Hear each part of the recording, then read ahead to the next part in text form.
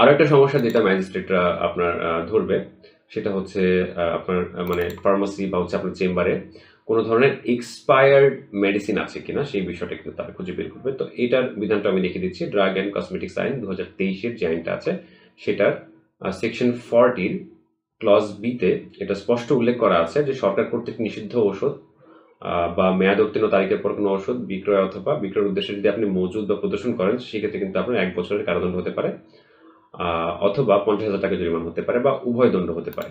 ঠিক আছে? তো এই প্রভিশনটা কিন্তু মাথায় রাখবেন। এটা দিয়ে দেখা যায় প্রচুর আপনার দেখা যায় মানে জরিমানা হয়। জেল জরিমানা হয়ে যায় অনেকে অনেক মানে কমিউনিটি প্যারামেডিকদের আমি দেখেছি, অনেক বিকল্প ধারার চিকিৎসকদেরকেও আমি দেখেছি এই ধরনের ঝামেলায় পড়ে যেতে।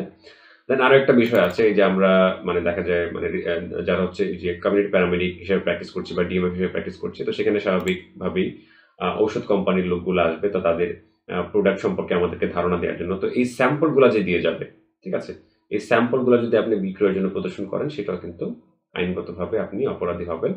এটা বলা আছে ড্রাগ অ্যান্ড কসমেটিক্স আইনে আপনার সেকশন 40-এর ক্লজ সি তে বলা আছে এটা, যে ফিজিশিয়ান স্যাম্পল জাতীয় কোনো ওষুধ বিক্রয় অথবা বিক্রয়ের উদ্দেশ্যে যদি আপনি মজুদ বা প্রদর্শন করেন সেক্ষেত্রে কিন্তু আপনার ১০,০০০ টাকা জরিমানা হবে। ম্যাক্সিমাম ১০,০০০ টাকা জরিমানা হবে, কমও হতে পারে।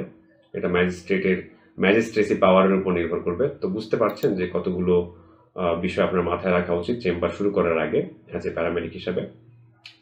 তো এই গেল হচ্ছে মানে কিছু বেসিক বিষয় যেগুলো ধরে হচ্ছে আপনাকে ম্যাজিস্ট্রেট মানে জরিমানা দেন হচ্ছে জেল দিতে পারে।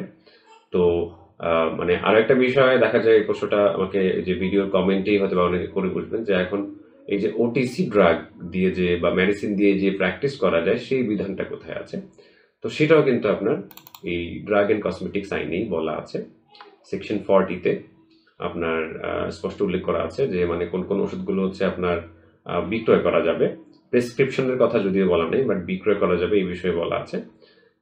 যে মানে OTC over the counter drug, মানে এটা দেখেন এই যে ক্লজ আপনার ডি এর মধ্যে উল্লেখ আছে ওভার দ্য কাউন্টার মানে ওষুধ ছাড়া রেজিস্টার চিকিৎসকের ব্যবস্থাপত্র ব্যতীত অ্যান্টিবায়োটিক বা অন্য কোনো ওষুধ বিক্রি করতে পারবে না। এখানে এখানে এই সেকশনটার মধ্যে বলা আছে আর কি যে কোনো ওষুধগুলো বিক্রি করা যাবে না। তো এখানে এই ওভার দ্য কাউন্টার ড্রাগ মানে ওটিসি ড্রাগটা কিন্তু একটা এক্সেপশন, মানে ব্যতিক্রমের মধ্যে পড়ে। তো দ্যাট মিনস আপনি ওভার দ্য কাউন্টার ড্রাগগুলো বা মেডিসিনগুলো কিন্তু বিক্রি করতে পারবেন। ঠিক আছে? আর আরেকটা মানে গুরুত্বপূর্ণ প্রভিশন সেটা আপনারা একটু জেনে রাখুন, কাজে লাগবে আপনাদের প্র্যাকটিসে। তো এখানে অনেক ক্ষেত্রেই মানে অনেক ফার্মাসিস্ট দেখা যায় ভাই বোনরা হচ্ছে